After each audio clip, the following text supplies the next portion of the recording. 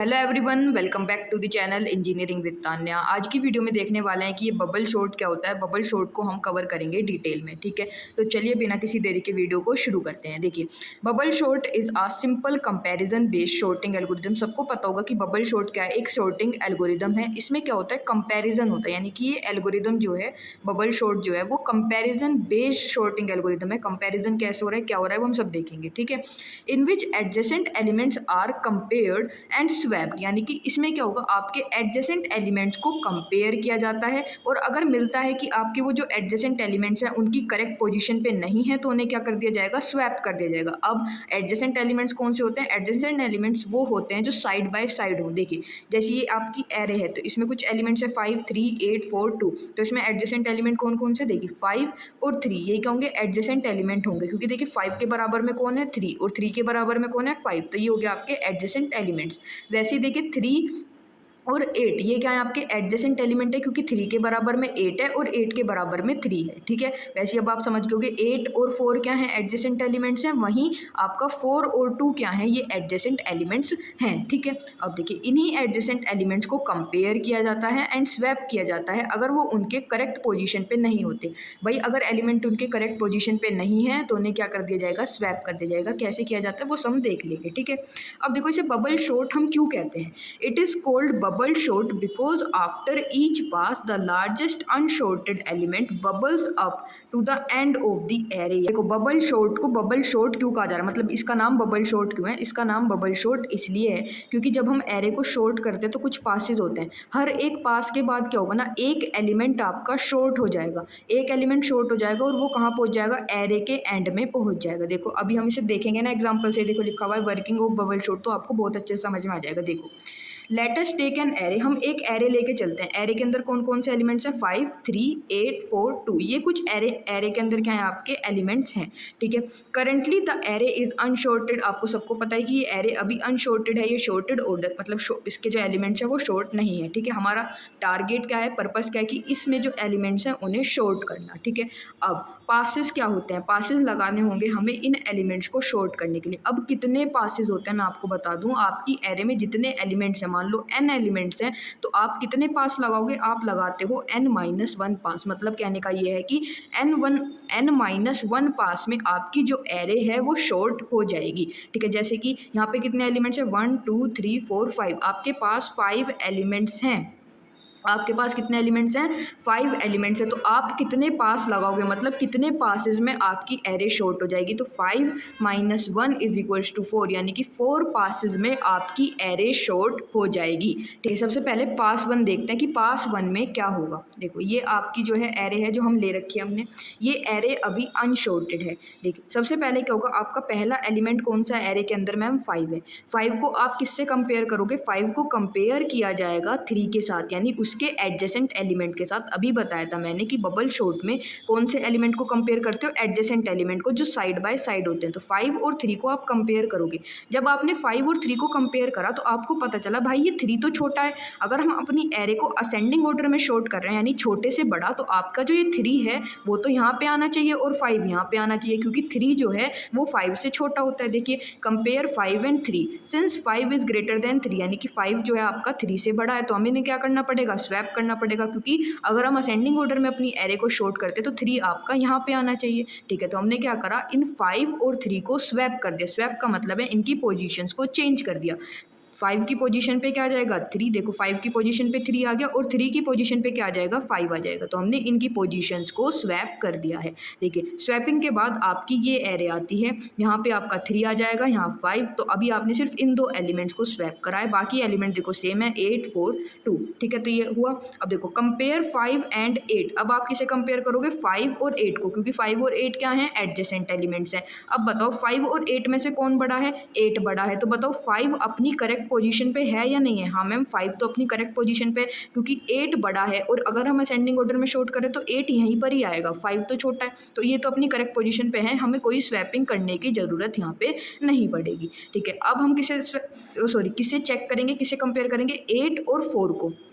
8 और 4 क्या है आपके एडजेसेंट एलिमेंट है, इन्हें कंपेयर कराओ। भाई 8 और 4 में से कौन बड़ा है? आपका 8 बड़ा है, तो अगर आप असेंडिंग ऑर्डर में शॉर्ट करो तो आपका जो 8 है वो तो यहाँ पे आना चाहिए और 4 यहाँ पे आना चाहिए, तो इनकी पोजीशन करेक्ट नहीं है। करेक्ट करने के लिए क्या करना करोगे? स्वैप करोगे, तो स्वैप कराओ एलिमेंट को, 4 को यहाँ पे लेके आओगे और 8 को यहाँ पे लेके आओगे। देखो 4 आपका यहाँ पे आ गया और 8 आपका यहाँ पे आ गया, तो ये स्वैप करा दिया अपने पोजिशन को, ठीक है। अब देखिए यहाँ पे आपका 8 है, यहाँ पे 2 है, ये दो एलिमेंट है आपके एडजेसेंट एलिमेंट, इनको आप क्या करोगे? अब कंपेयर कराओगे। अब देखो 8 और 2 में से कौन बड़ा है? भाई मैम 8 बड़ा है, तो आपको क्या कराना पड़ेगा? फिर से स्वैपिंग करानी पड़ेगी। अब आप स्वैपिंग कराओगे तो 2 यहाँ पे आ जाएगा और 8 आपका यहाँ पे आ जाएगा। देखिए 8 आगे नहीं आ गया।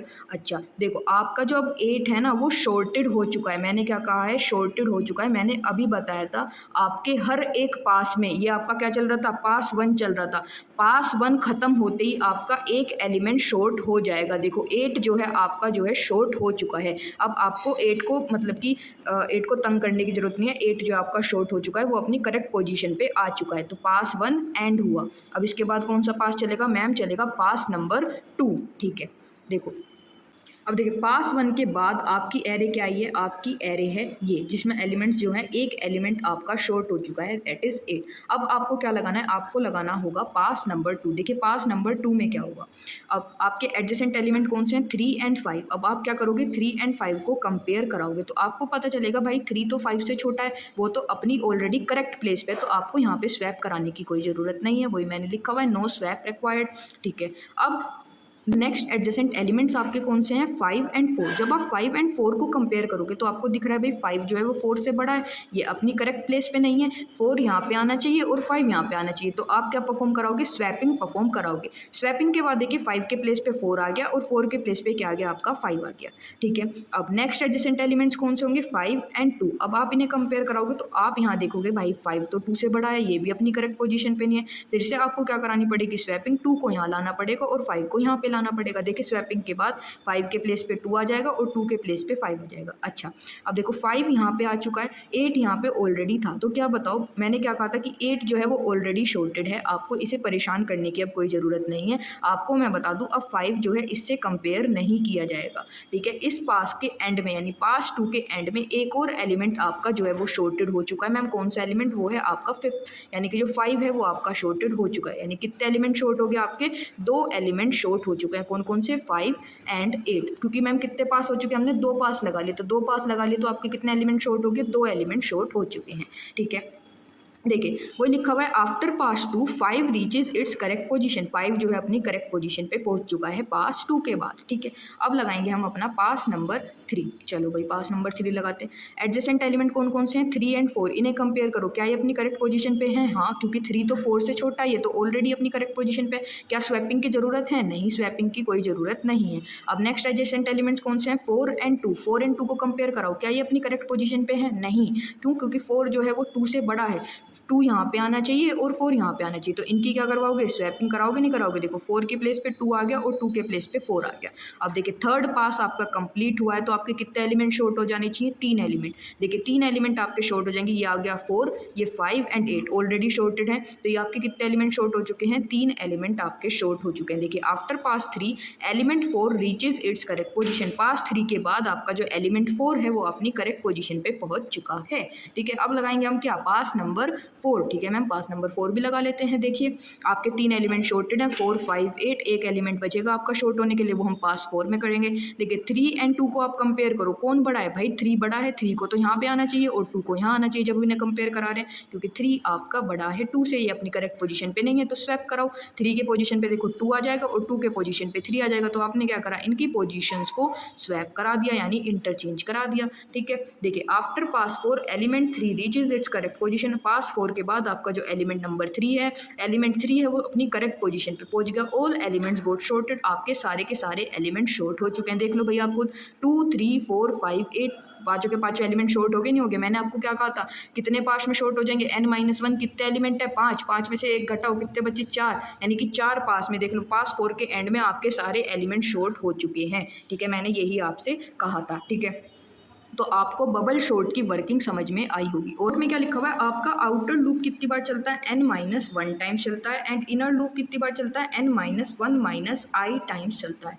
अब ये आउटर लूप की कहानी क्या है भाई, देखो अभी मैंने तुम्हें बताया था कि हर एक पास के बाद एक एलिमेंट शॉर्ट हो जाएगा। क्या, देखिए देखिए पास 1 के बाद आपका 8 जो था वो शॉर्ट हो गया था, पास 2 के बाद आपका जो 5 था वो शॉर्ट अपनी करेक्ट पोजीशन पे आ गया था, फिर पास 3 में आपका 4 भी शॉर्ट हो गया था, और पास 4 में आपका जो था 3, यानी कि सारे के सारे एलिमेंट शॉर्टेड हो चुके थे। तो वही तो क्या है, आपका आउटर लूप है। आउटर लूप इसलिए लगाया जाता है ताकि हर एक एलिमेंट उसकी करेक्ट पोजीशन पे आ जाए। और आउटर लूप कितनी बार चलता है, n-1, अभी बताया था 5-1। तो आपने कितने पासेस लगाए भाई, 4 पासेस लगाए, 4 पासेस में आपका जो एलिमेंट्स थे वो सारे शॉर्टेड हो गए थे। तो मैम ये इनर लूप क्यों लगाते हैं भाई, तुम इनर लूप लगाते हो कंपैरिजंस के लिए। कंपैरिजंस कैसे मैम, देखिए आपने पास 1 में कितने कंपैरिजन करे, देखिए इनर लूप आपका चलता है n-i-1 टाइम्स, n की वैल्यू क्या है, 5 है। अभी i की वैल्यू आपकी क्या होगी, 0 होगी, माइनस करोगे 1, तो 5 - 4, तो कितने कंपैरिजन करा रहे हो, 4 कंपैरिजन करा रहे हो। देख लो 1 2 3 4, कितने कंपैरिजन हुए, 4 कंपैरिजन हुए या नहीं हुए। पास 1 में कितने कंपैरिजन हुए, 4 कंपैरिजन। तो कंपैरिजन कराने के लिए आप क्या लगाते हो, इनर लूप लगाते हो। तो अब समझ में आएगा इनर लूप का काम क्या है, कंपैरिजन के लिए लगाते हो आप इनर लूप। अब देखो पास 2 में आपके हुए हैं 3 कंपैरिजन, 1 2 3, कैसे मैम, देखो भाई n-1 - i टाइम्स चलता है आपका inner loop.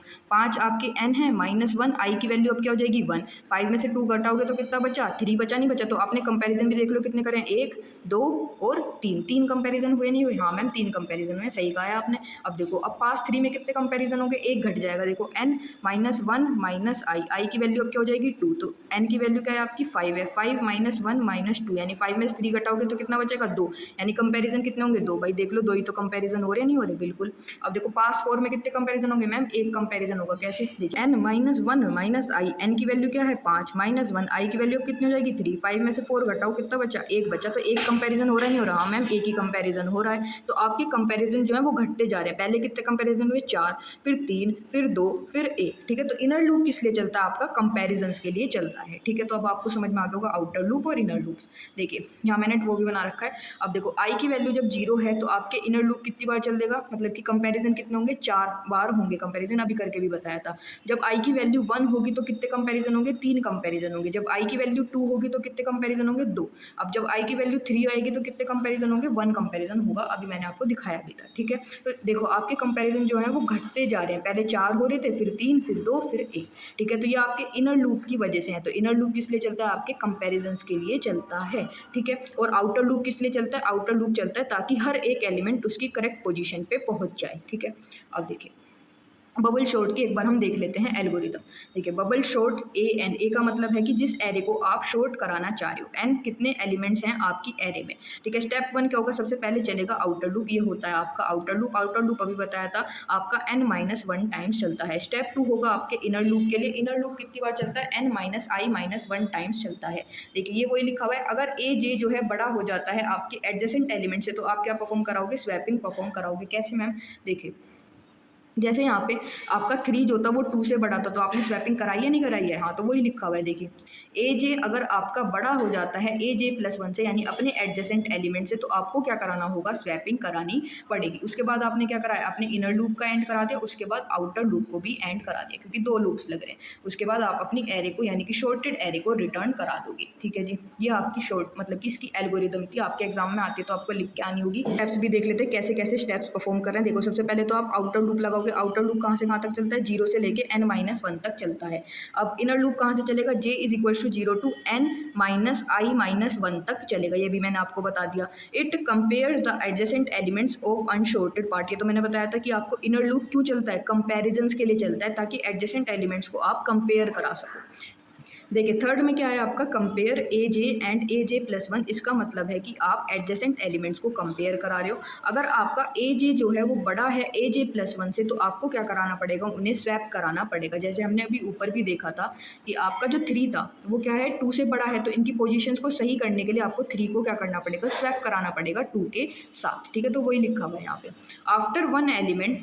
after one complete pass the inner loop becomes smaller by 1 because the last element is already shorted. भाई एक कंप्लीट पास के बाद जो आपका इनर लूप है वो घटता चला जाएगा। मैंने अभी आपको बताया था पहले कितने कंपैरिजन हो रहे थे, 4, उसके बाद 3 कंपैरिजन हुए, उसके बाद 2 कंपैरिजन हुए, उसके बाद 1 कंपैरिजन हुए। तो आपका इनर लूप घट रहा है नहीं घट रहा, क्योंकि देखो n माइनस आई माइनस 1 टाइम्स आपका इनर लूप चलता है, वो 1 से क्या होता है डिक्रीज होता चला जाता है। देखो 4 3 2 1, ठीक है, तो वही लिखा हुआ है इस वाले पॉइंट में, ठीक है। रिपीट द प्रोसेस और steps until all the elements got shorted. आपको तब तक ये रिपीट करना है जब तक सारे एलिमेंट्स शॉर्ट नहीं हो जाते, ठीक है।